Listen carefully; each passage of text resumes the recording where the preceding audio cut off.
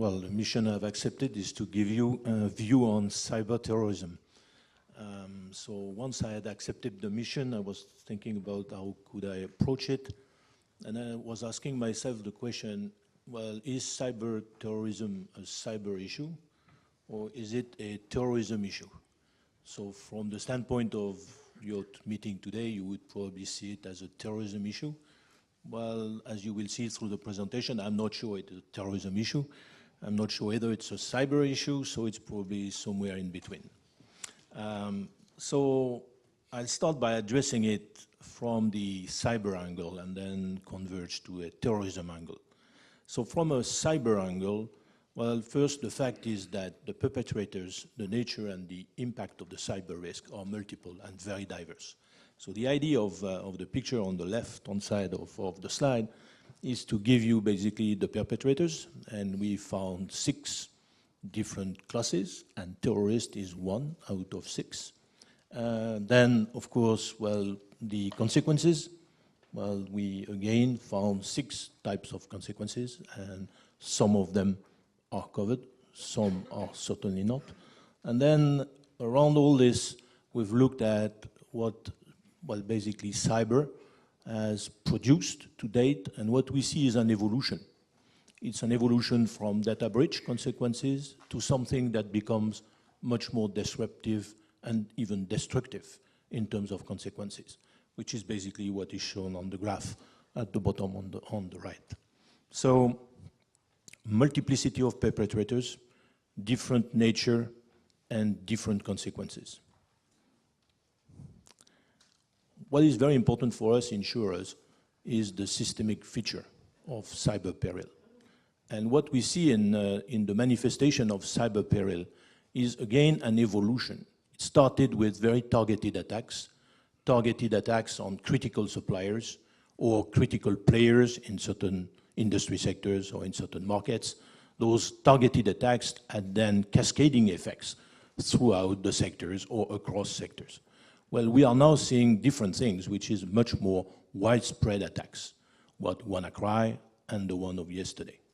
Well, I was listening this morning to an interview from an IT security responsible person, and he was saying something which is very right, and to me, which is very relevant from the approach of risk assessment, is, well, we had WannaCry a few weeks ago, which, well, was considered as everyone as basically the consequence of non-risk management of very basic systems in many, many different operators in many different industry sectors.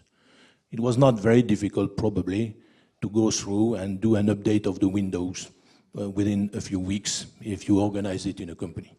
Well, what happened yesterday shows that during the weeks that have followed WannaCry, a lot of people have done absolutely nothing about this basic problem they had in their systems, and they are caught now again. Well, from an insurance perspective, I'm starting to think that we are quite right ourselves to do a lot of investigation where insureds and large corporate are coming to us and talking about IT security, system failure, and buying insurance for that. But definitely this evolution from targeted attacks to widespread attacks is really highlighting the main problem we have, which is accumulation control. We are struggling, we've been all of us struggling, whether we are insurers and reinsurers, and I think there is good cooperation. We are talking to each other, we are exchanging a lot on our respective research. I believe myself, no one has got today the recipe to do accumulation control on cyber risk. For one good reason is that we have not seen, well, the worst case. We have not seen a very bad case. So despite the imagination of our risk management people, who are good science fiction sort of writers and write a lot of scenarios every day, well, I'm not sure they have captured the worst of the worst. I'm not sure we understand what can be the worst of the worst. So we are just, well, trying desperately. We're working with a lot of IT security providers and the best in the world to try to figure out scenarios. But even the best of the IT security companies that we are talking to, they may have, some of them, very good database. So they have been providing IT security services to large corporate or even very, very specific SME businesses.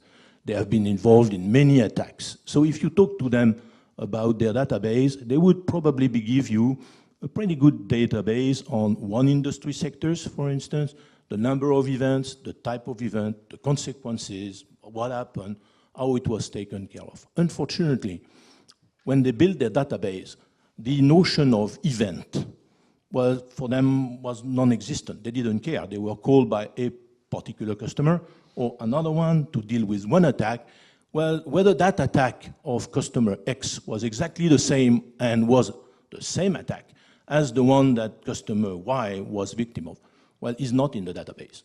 So the database is useful to look on a customer per customer basis, on an industry sector by industry sector, is not useful to be used for accumulation purposes.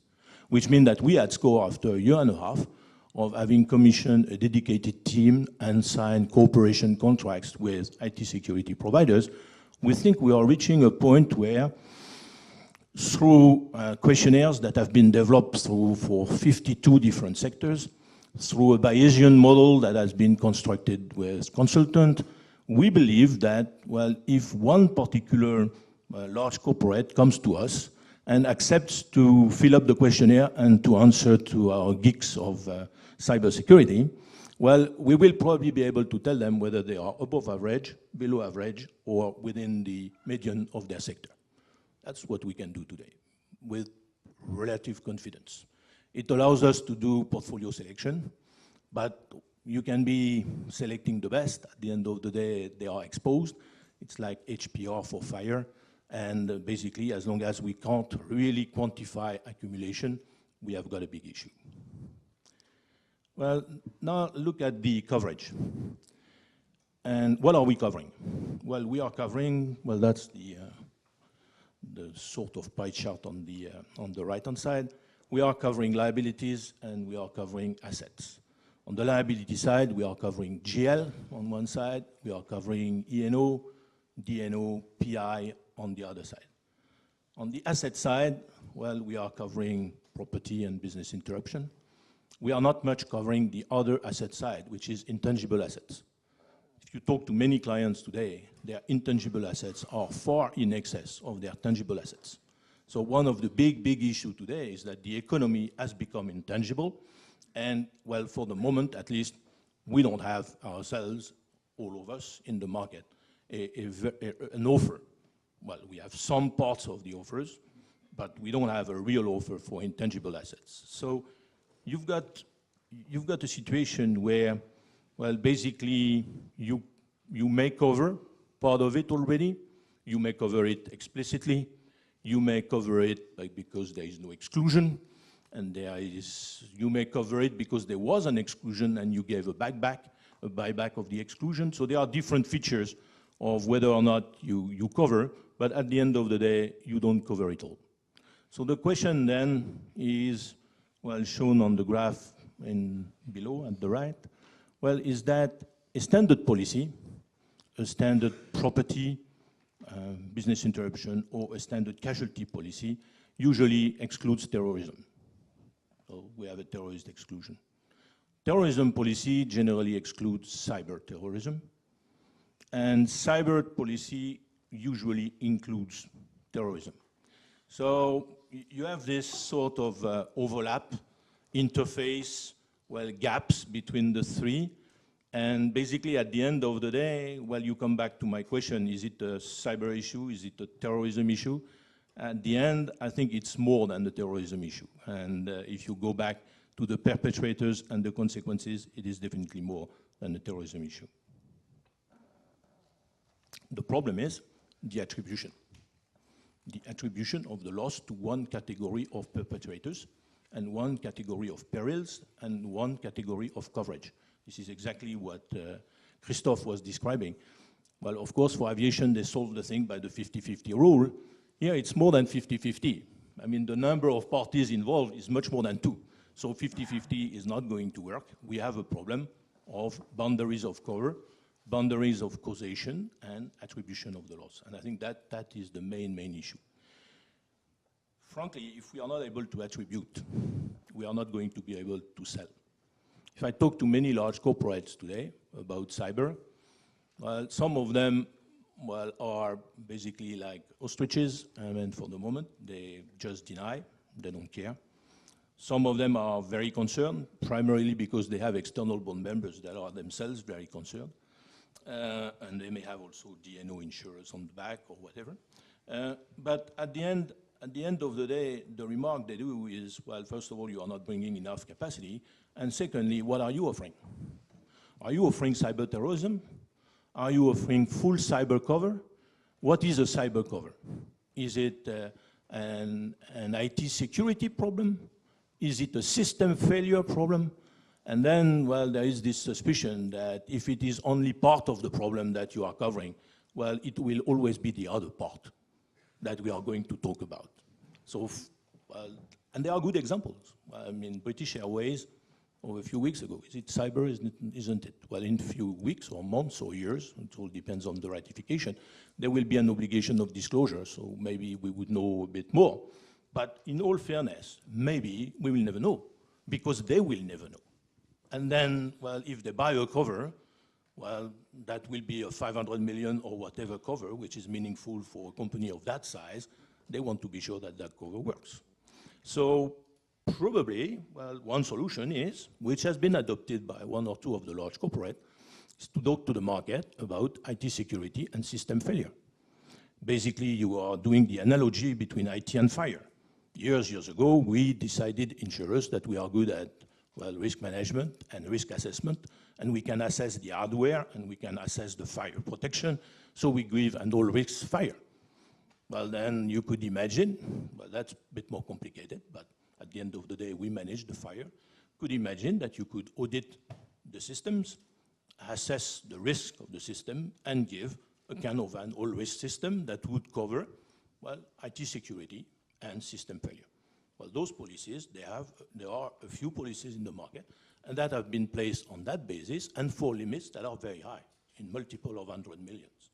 Well, if you look at it, to me, it makes a certain sense to have that sort of integrated product. Of course, you've got then to divide the policy in a lot of subsections and define special conditions for each and every, but it could provide a kind of a holistic approach of cyber, which goes beyond terrorism. And, well, at the end of the day, the problem is, coming back to what I was saying, accumulation, and the fact that it is quite probable that the total worst case would exceed the capacity of the commercial market. Hence, you go back to this idea of public-private partnership on identifying solutions that could combine commercial capacities with public capacities. Victor, we're just getting short of time. Yeah, so I think because of the differences between conventional terrorism and cyber terrorism that are listed here, and I leave it to you to read it, I think cyber terrorism deserves to be approached on a dedicated basis, but I'm not sure it can be approached as a subset of terrorism. It may be more on a cyber global approach that we would find a solution. Thank you. Thank you.